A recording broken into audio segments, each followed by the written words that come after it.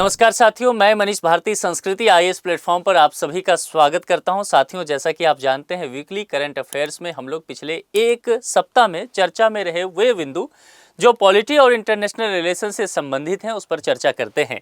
आज जो हम 5 मुद्दे पर चर्चा करने वाले हैं उसमें कनाडा को लेकर के एक चर्चा करेंगे कि कनाडा और भारत के बीच जो गतिरोध चल रहा है उसमें खास करके जो भारतीय राजनयिक जो कनाडा में रह रहे हैं, वाणिज्यिक दूतावास की अपचर्चा की जा रही है, तो उन पर निगरानी रखने का मामला आया है, ये एक चर्चा करेंगे।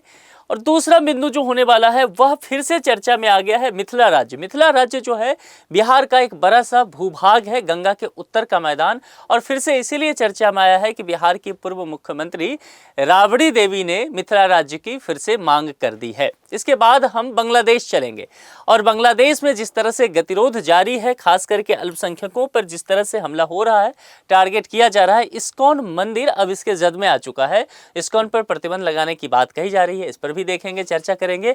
और हम चर्चा करेंगे कि क्या गुब्बारों के द्वारा निगरानी की जा सकती है, क्या नजर रखा जा सकता है किसी देश पर, उसकी गतिरोध पर, यह भी समझने की कोशिश करेंगे। इसके अलावा हम देखेंगे कि नेपाल के जो है गोरखा सैनिक वो भारतीय सेना में क्यों नहीं शामिल हो पा रहे हैं, अग्निवीर योजना से इसका क्या संबंध है।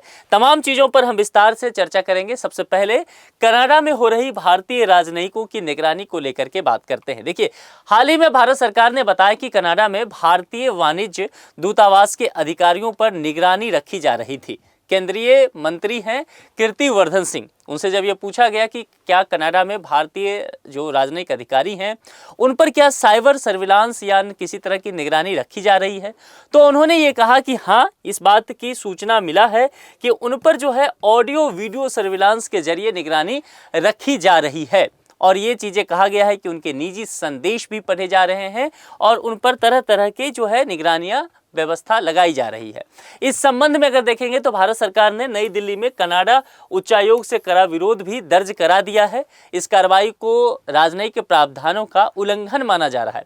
कनाडा सरकार की यह कार्रवाई जो है हालात और खराब करती है, चूंकि पहले ही कनाडा और भारत का जो राजनयिक रिश्ता है इतिहास के सबसे निचले स्तर तक जा पहुंचा है। कनाडा के साथ भारत के संबंध देखेंगे पिछले 1-2 वर्षों से चुनौतीपूर्ण रहा है और इसका मुख्य कारण यह बताया जाता है कि कनाडा सरकार द्वारा खालिस्तान और वहां के चरमपंथी संगठन जो कि अलगाववादी तत्व है उसको भारत विरोध का काम करने दिया जा रहा है, वहां हिंसक गतिविधि करने दिया जा रहा है, भारत विरोधी एजेंडा को चलाए दिया जा रहा है और भारत की संप्रभुता और क्षेत्रीय अखंडता के लिए खतरा होगा। इसके साथ जो है कनाडा सरकार लगातार जो है खिलवाड़ करती नजर आ रही है।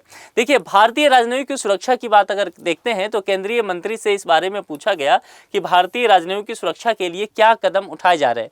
इसके जवाब में उन्होंने कहा कि वो लगातार कनाडा के संपर्क में है और जो राजनयिक है उनकी सुरक्षा के लिए या उनकी जो वहां पर संपत्ति है उसकी सुरक्षा के लिए पर्याप्त सुरक्षा मुहैया कराए जाने की बात यहाँ पर किया गया है।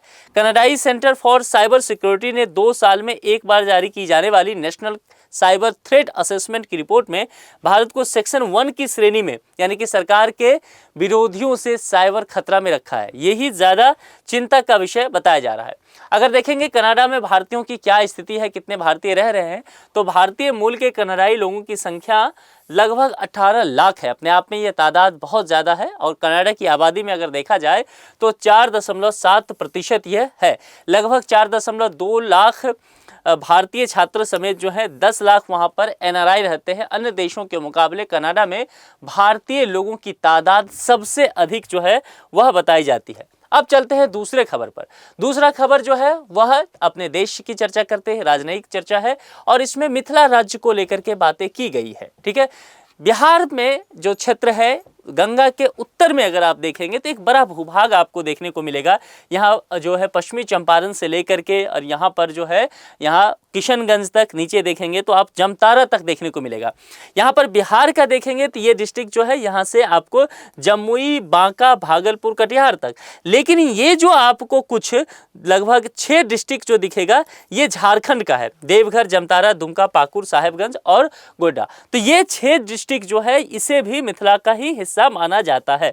तो कुल मिलाकर के बिहार का उत्तर का पूरा हिस्सा है ना, जहां मैथिली भाषी लोग रहते हैं, और ये जो झारखंड का 6 डिस्ट्रिक्ट है ये मिला करके अलग से मिथिला राज्य बनाने की मांग जो है अब की जा रही है। और यह मांग जो है अब जोर पकड़ लिया है और बिहार की पूर्व मुख्यमंत्री राबड़ी देवी ने इस मांग को उठा दिया है। और यह मांग भी ऐसा नहीं कि विधानसभा से बाहर की गई हो, यह बात जो है राबड़ी देवी ने विधानसभा से बाहर तो कहा ही है, विधानसभा में यह मांग जो है जोर शोर से उठाया गया है। ठीक है, और सीधे तौर पर इनके द्वारा कहा गया है कि अब प्राइम मिनिस्टर नरेंद्र मोदी को इस पर जरूरी कदम उठाना चाहिए, यानी कि मिथिला क्षेत्र के लोगों की जो अपनी पहचान है, उनके जो अधिकार हैं वो पूरे किए जाने चाहिए। जैसा कि आप जानते हैं कि संविधान के 8वीं अनुसूची में मैथिली भाषा को भी शामिल किया गया है। इसके अलावा हाल ही में जब संविधान दिवस मनाया गया तो उसमें संविधान को 2 भाषाओं में पब्लिश किया गया, जिसमें एक संस्कृत और एक जो है मैथिली रहा। इसी बात को आगे बढ़ाते हुए कहा कि यह मिथिला क्षेत्र के लिए गर्व की बात है, सभी को खुशी है, राबड़ी देवी जी ने कहा, लेकिन जरूरी यह है कि जो मैथिली भाषी लोग हैं और लगातार वर्षों से मिथिला राज्य की मांग करते आ रहे हैं, जैसा कि आप जानते हैं कि 1912 ईस्वी में बंगाल से बिहार अलग हुआ था, ब्रिटिश एरा में ही। उसके बाद 1936 में बिहार से उड़ीसा अलग हो गया और 2000 ईस्वी में बिहार से झारखंड अलग हो गया, लेकिन मिथिला जो है अभी भी बिहार के साथ ही बना हुआ है। तो लंबे समय से इसकी भी डिमांड की जाती रही है कि जिस तरह से उड़ीसा और झारखंड बिहार से अलग हो गया, ठीक वैसे ही बिहार से मिथिला को भी अलग कर दिया जाना चाहिए। तो यही बातें जो है अब ज़्यादातर लोग जो है कहने लगे हैं और अब ये बात जो है सदन में ही एक तरह से उठ गया है। मिथिला राज्य की बात करेंगे तो एक प्रस्तावित राज्य के रूप में पहले से ही ये भारत सरकार के पास है और इसमें जैसा कि मैंने मैप के जरिए बताया कि बिहार और झारखंड के मैथिली भाषी जो मुख्य रूप से क्षेत्र हैं वह है। मैथिली की अगर बात करेंगे तो इसकी अपनी एक पारंपरिक लिपि है जिसे मिथिलाक्षर या तिरहुतिया भी कहा जाता है। प्रस्तावित राज्य में संपूर्ण अंगिका और बंजिका भाषी जिले भी जो मैथिली ही का आप कह सकते हैं कि अलग रूप है, ये इसकी बात की जाती है। वर्ष 1912 में बिहार राज्य के निर्माण के बाद से ही इसकी बात लगातार की जाती रही है। अब अगर राज्य का निर्माण होता है तो इसको लेकर के क्या प्रक्रिया है? भारत के संविधान में इसकी चर्चा की गई है, तो जवाब है हाँ, संविधान में इसकी चर्चा की गई है। और संविधान के अनुच्छेद 3 पर हम चलेंगे तो हमें देखने को मिलेगा अनुच्छेद 3 संसद को कुछ अधिकार देता है। संसद बोले तो लोकसभा, राज्यसभा और प्रेसिडेंट कुछ अधिकार देता है कि नया राज्य बना सकते हैं आप, नया केंद्र शासित प्रदेश भी बना सकते हैं। किसी भी राज्य का क्षेत्र घटाना या बढ़ाना हो तो आप यह भी कर सकते हैं। किसी राज्य की सीमा में परिवर्तन करना हो, उसके नाम में परिवर्तन करना हो, यह काम भी संसद के द्वारा किया जा सकता है। यह भी कहा गया है कि नए राज्यों का गठन करने वाला विधेयक राष्ट्रपति की मंजूरी के बाद ही संसद में पेश किया जाएगा और राष्ट्रपति ऐसे विधेयक को संबंधित राज्य विधानमंडल को भेजते हैं। ध्यान देना है एक बात यहाँ पर कि संसद राज्य विधानमंडल की राय मानने के लिए बाध्य नहीं है। विधेयक संसद के दोनों सदनों से साधारण बहुमत में ही पारित कराया जा सकता है और राष्ट्रपति की स्वीकृति के बाद जो है नया राज्य गठित हो जाएगा। ये बातें की गई है। नए राज्य निर्माण के लाभ क्या होता है? निश्चित तौर पर अगर कहा गया कि छोटे राज्य, नए राज्य कहने का तात्पर्य छोटे राज्य से लीजिए, जिस तरह से उत्तर प्रदेश से उत्तराखंड अलग हुआ, जिस तरह से मध्य प्रदेश से छत्तीसगढ़ अलग हो गया, जिस तरह से अगर आप देखेंगे तो बिहार से झारखंड अलग हुआ या फिर आंध्र प्रदेश से तेलंगाना अलग हो गया या फिर जम्मू कश्मीर से लद्दाख अलग हो गया, ठीक वैसा ही बिहार से मिथिला को अलग करने की बात की जा रही है। इसके अपने आर्थिक पहलू हैं, सामाजिक सांस्कृतिक पहचान तो अपनी जगह है, लेकिन इससे होगा क्या कि आर्थिक संसाधनों का बेहतर प्रयोग किया जा सकता है। जैसे कि आप जानते हैं कि बिहार की आबादी 12 करोड़ बताई जाती है। 12 करोड़ में 8 करोड़ आबादी जो है वह केवल मिथिला क्षेत्र का है और बाकी बिहार के जो है वह 4 करोड़ की आबादी है। आप समझ सकते हैं। तो इस 8 करोड़ की आबादी को सही से आर्थिक सुविधा दिया जा सके, इनके लिए संचार की सुविधा भी दिया जा सके, आधारभूत संरचना, रोजगार के अवसर दिया जा सके, तो अगर छोटा राज्य होता है तो प्रशासनिक दृष्टिकोण से भी बेहतर होगा, निवेश के अधिक अवसर मिलेंगे और खास करके बिहार या मिथिला का क्षेत्र देखेंगे तो यहाँ से पलायन की समस्या सबसे अधिक है, उस पर भी लगाम लग सकता है आर्थिक विकास तेज होने से और छोटे राज्य में प्रशासन आसानी से हो सकता है। तो अभी ये बातें की जा रही है, समय के साथ ये देखना होगा कि आखिर कब तक जो मिथिला राज्य प्रस्तावित है, अब तो विधानसभा में इसकी चर्चा हो रही है, तो ये कब तक बन करके तैयार हो जाता है। ये बातें अपनी जगह। अब चलते हैं आगे। बांग्लादेश में इस्कॉन पर प्रतिबंध लगाने की बात की जा रही है। जैसा कि जानते हैं, बांग्लादेश में आरक्षण को लेकर के उठा मुद्दा जो था देशव्यापी एक तरह से आंदोलन बन गया और उसके बाद जो है पूरे देश में झड़प हो गया। और वो झड़प इतना हुआ कि देश की प्रधानमंत्री जो उस समय रही थी शेख हसीना, उनको त्याग पत्र दे करके देश छोड़ करके भागना पड़ा। अंतरिम सरकार के द्वारा वहां पर व्यवस्था चल रहा है। उसके बाद अचानक से अल्पसंख्यक समुदाय को टारगेट किया जाने लगा और बांग्लादेश में अल्पसंख्यक समुदाय जो है वह चाहे वो बौद्ध धर्म से हैं, जैन धर्म से हैं या हिंदू धर्म से हैं। इसी कड़ी को आगे बढ़ाते हुए देखेंगे तो इस्कॉन के एक धार्मिक गुरु हैं, उनको कहीं ना कहीं उनको अरेस्ट किया गया और अब इस्कॉन पर प्रतिबंध लगाने की मांग भी की जा रही है और यह अपने आप में एक राजनीतिक मुद्दा बनता हुआ नजर आ रहा है। इस्कॉन के विषय में समझते हैं। देखिए, एक धार्मिक संस्था है जिसे हरे कृष्ण आंदोलन के रूप से भी जाना जाता है। इसकी स्थापना 1966 में भक्ति वेदांत स्वामी प्रभुपाद ने न्यूयॉर्क में किया था। इस्कॉन गौड़ीय वैष्णव या चैतन्य वैष्णव से जुड़ी एक धार्मिक संस्था है। कृष्ण मंदिरों का निर्माण करा के कृष्ण भक्ति को यह बढ़ावा देता है और दुनिया भर में देखेंगे इस्कॉन के 850 से ज़्यादा मंदिर जो है वह है। भारत में इस्कॉन के 150 मंदिर और 12 राज्यों में इसके शैक्षणिक संस्थान भी हैं। बहुत तरह के सामाजिक कार्यों में भी इस्कॉन जो है वह संलिप्त रहता है। अब ऐसा क्यों कहा जा रहा है कि बांग्लादेश में इस्कॉन पर प्रतिबंध लगा दिया जाए? इसके पीछे ये बातें की जा रही है कि बांग्लादेश की अंतरिम सरकार ये चाहती है कि कट्टरपंथी इस्लामी गुट जो है उसको खुश किया जा सके, है ना। तो यहाँ पर जो ये यूनिट सरकार है यही काम ये करते हुए नजर आ रही है। इन पर यह आरोप भी लगता नजर आ रहा है। बांग्लादेश के कट्टरपंथी संगठन की बात करेंगे तो हिफाजत ए इस्लाम ने जुमे की नमाज के बाद इस्कॉन के खिलाफ एक रैली भी निकाली। इस रैली में काफ़ी प्रदर्शन हुए और इस्कॉन पर प्रतिबंध लगाने की बातें की गई। अगर आप देखेंगे एक्स प्लेटफॉर्म पर तो इस्कॉन इज टेररिस्ट ग्रुप ऐसे करके हैशटैग चलाए गए और यह भी कहा गया कि यह संस्था जो इस्कॉन है शेख हसीना की पार्टी आवामी लीग से जुड़ी हुई है। तो ये सारी बातें यहाँ पर की गई। बांग्लादेश में इस्कॉन मंदिर पर ऐसा नहीं है कि पहली बार हमला हुआ है, इससे पहले भी कई बार हमला हुआ है। अगर देखेंगे 2009, 15, 16, 18, 20, 21, 22 और 24 में तो अब इस्कॉन पर प्रतिबंध लगाने की बात ही कही जा रही है। अब आगे बढ़ते हैं और चलते हैं गुब्बारों को लेकर के।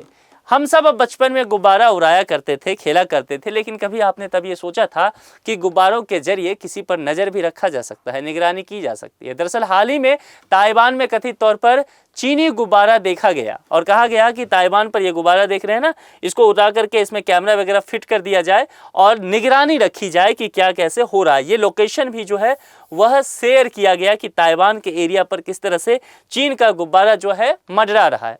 कुछ बातें महत्वपूर्ण देखते हैं। ताइवान द्वीप के उत्तर पश्चिमी समुद्र के ऊपर एक चीनी गुब्बारा देखा गया। यह गुब्बारा किलुंग बंदरगाह से 111 किलोमीटर दूर उत्तर में देखा गया।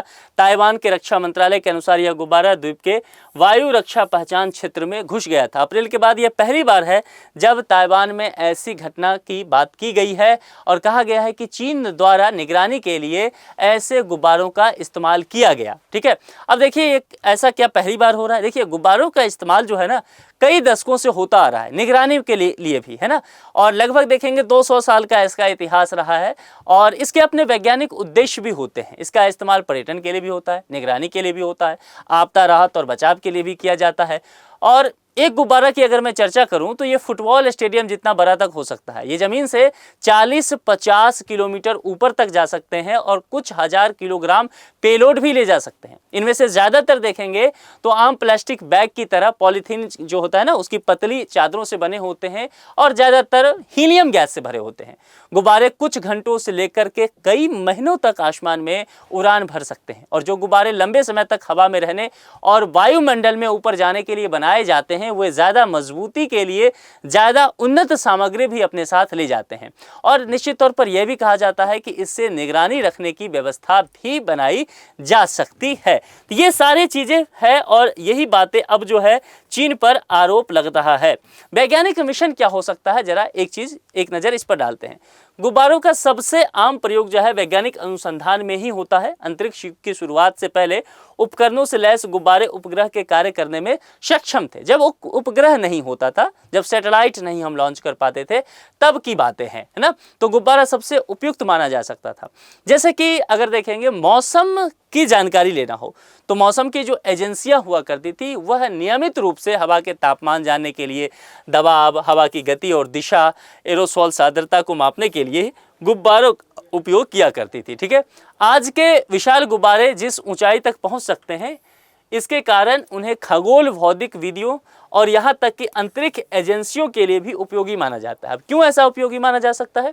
क्योंकि सोचिए, अगर सैटेलाइट भेजा जाता है तो काफ़ी कॉस्टली पड़ेगा, उसमें काफ़ी वक्त भी लगेगा बनाने में, लेकिन ये उससे हजारों गुना सस्ता हो सकता है गुब्बारा भेजना। ठीक है, तो इसलिए भी नासा के पास एक पूर्ण विकसित गुब्बारा कार्यक्रम है जो हर साल 4-5 प्रक्षेपण करता है। आप सोच सकते हैं, कई विश्वविद्यालय और शोध संस्थान भी जो है अपने यहाँ रिसर्च के लिए गुब्बारे का प्रयोग करते हैं। अब प्रश्न ये उठता है, क्या निगरानी के लिए गुब्बारे का प्रयोग किया जा सकता है? देखिए, गुब्बारे जो है जासूसी अभियानों के लिए सबसे आकर्षक बताए जाते हैं। हालांकि एक बात यहाँ ध्यान देना है कि यह बहुत आम नहीं माना जाता है। ड्रोन और उपग्रहों का उपयोग आजकल ज़्यादा होने लगा है, लेकिन गुब्बारों के अपने फायदे हैं कि लंबे समय तक किसी क्षेत्र पर मंडरा सकते हैं। और कई बार तो ऐसा होता है ना कि लोग इस पर शक भी नहीं करते हैं।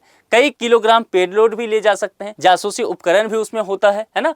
और बड़ा फायदा यह है कि इनके पकड़े ना जाने की संभावना अधिक होता है। धीमी गति के कारण गुब्बारों को ज़्यादातर रक्षा रडार द्वारा पक्षियों के रूप में चिन्हित किया जाता है, इससे वे ध्यान से बच जाते हैं। गुब्बारे में विमान, ड्रोन या उपग्रह की तरह परिष्कृत नेविगेशन सिस्टम नहीं होते, इसलिए वो काफ़ी हद तक हवा की गति और दिशा पर भी निर्भर होते हैं। तो ये सारी ऐसी वजह हैं जिसको लेकर के ये कहा जा रहा है कि चीन के द्वारा ताइवान पर लगातार नज़र रखने के लिए किया जा रहा है। अब आखिर में चलते हैं, भारतीय सेना में शामिल होंगे नेपाल के गोरखा। क्या ये ऐसा होने जा रहा है? देखिए, भारतीय थल सेना प्रमुख जनरल उपेंद्र द्विवेदी की हाल ही में नेपाल की यात्रा हुई थी। उसके बाद ये कहा जा रहा था कि भारतीय सेना में नेपाल के गोरखा सैनिकों की नई भर्ती जो है साफ हो गया उसका रास्ता, अब फिर से भर्ती होने लग जाएंगे, लेकिन ऐसा होता हुआ फिलहाल नहीं दिख रहा है। भर्ती पिछले 4 साल से रुकी हुई है। और क्यों? तो अग्निवीर योजना जब लागू हुआ, उसके बाद कोरोना महामारी के बाद से नेपाल के सैनिकों की भर्ती जो है वह रोक दिया है, क्योंकि नेपाल जो है वह नहीं चाहता है कि अग्निवीर योजना के साथ वो आए, अग्निवीर के लिए तैयार नहीं है। अग्निवीर योजना के तहत तीनों सेनाओं में सैनिक 4 साल का कार्यकाल पूरा करेंगे। 4 साल बाद सिर्फ 25% को ही, आप जानते हैं, अस्थायी सेवा में भेजा जाता है। तो इसलिए इस योजना से सहमत नहीं है। 1947 में जो एक त्रिपक्षीय भारत, नेपाल और ब्रिटिश समझौता हुआ था, तो नेपाल का कहना है कि आप उन शर्तों का उल्लंघन कर रहे हैं। नेपाल ने 4 साल की सेवा के बाद सैनिकों के रोजगार की अनिश्चितता का भी चिंता बताया, जो चिंता भारत में भी बताई जा रही है।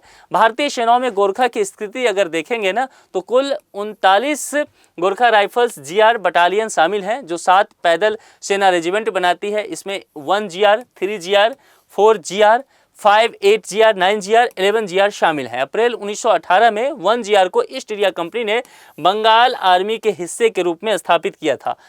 11 GR स्वतंत्रता के बाद गठित एकमात्र रेजिमेंट है जिसमें ब्रिटेन को आवंटित बटालियनों से गोरखा सैनिकों को शामिल किया गया था, लेकिन उन्होंने जाने का विकल्प ही नहीं चुना था उस समय। स्वतंत्रता के समय अगर देखेंगे तो गोरखा बटालियनों ने 90% सैनिक नेपाल के थे और शेष कुछ ही 10% तक भारत के थे। वर्तमान में यह अनुपात देखेंगे तो 60:40 का हो गया है। सबसे ज़्यादा गोरखा भारतीय सैनिक के सेना में हिस्सा हैं। इसके बाद नेपाल और फिर ब्रिटिश सेना में भी गोरखा शामिल है। वर्तमान में भारतीय सेना में 32,000 सैनिक जो हैं वह नेपाल से हैं। 2020 के बाद से करीब 15,000 गोरखा सैनिक सेवा से सेवानिवृत्त हुए हैं, लेकिन उनकी जगह नई भर्तियां नहीं हो पाई है और इसीलिए चिंता का विषय बना हुआ है। नेपाल से प्रतिवर्ष देखेंगे तो 1500 से 1800 के बीच जो है गोरखा सैनिक भर्ती होते थे। अगर ऐसा ही चलता रहा तो आने वाले 10-12 साल में भारतीय सेना की गोरखा रेजिमेंट में एक भी नेपाली गोरखा नहीं बच जाएगा।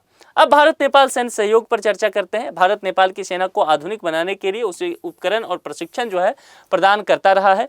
भारतीय सेना द्वारा नेपाल को ध्रुव और चीता हेलीकॉप्टर, INSAS राइफल्स और माइंस से बचाने वाले वाहन भी दिए गए हैं। नेपाली सेना प्रमुख को मानद भारतीय सेना प्रमुख का खिताब और इसी तरह भारतीय सेना प्रमुख को नेपाली सेना के मानद जनरल का खिताब देने की परंपरा दोनों देशों के ऐतिहासिक संबंधों को दिखाता है, ताकि दोनों देशों के बीच जो है मैत्री संबंध बना रहे और मधुर संपन्न होने के साथ जो है दोनों देशों का सह अस्तित्व बना रहे, संप्रभुता दोनों की कायम रह सके। तो ये कोशिश है, लेकिन फिलहाल मामला बनता हुआ अग्निवीर योजना की वजह से नहीं दिख रहा है। और नेपाल का यही कहना है कि 1947 में जो त्रिस्तरीय समझौता हुआ था भारत, नेपाल और ब्रिटिश के बीच में, भारत उसको अग्निवीर योजना के माध्यम से तोड़ता हुआ नजर आ रहा है। देखना होगा कि गोरखा सैनिक भारत में, जो नेपाल के गोरखा हैं, भारत में कब शामिल हो पाते हैं। तो इस सप्ताह ये 5 मुद्दा जो रहा है काफ़ी चर्चा का विषय रहा है। अब आप लोग जो है लेक्चर को कैसा लगता है, आपको क्या और आपको जानना है, ये सब कमेंट बॉक्स में आप लिख सकते हैं। यदि अभी तक आपने संस्कृति IAS चैनल को सब्सक्राइब नहीं किया है तो सब्सक्राइब कर सकते हैं और बेल आइकॉन को भी क्लिक कर सकते हैं। आज के लिए इतना ही। अपना बेहद ख्याल रखें। बहुत बहुत शुक्रिया।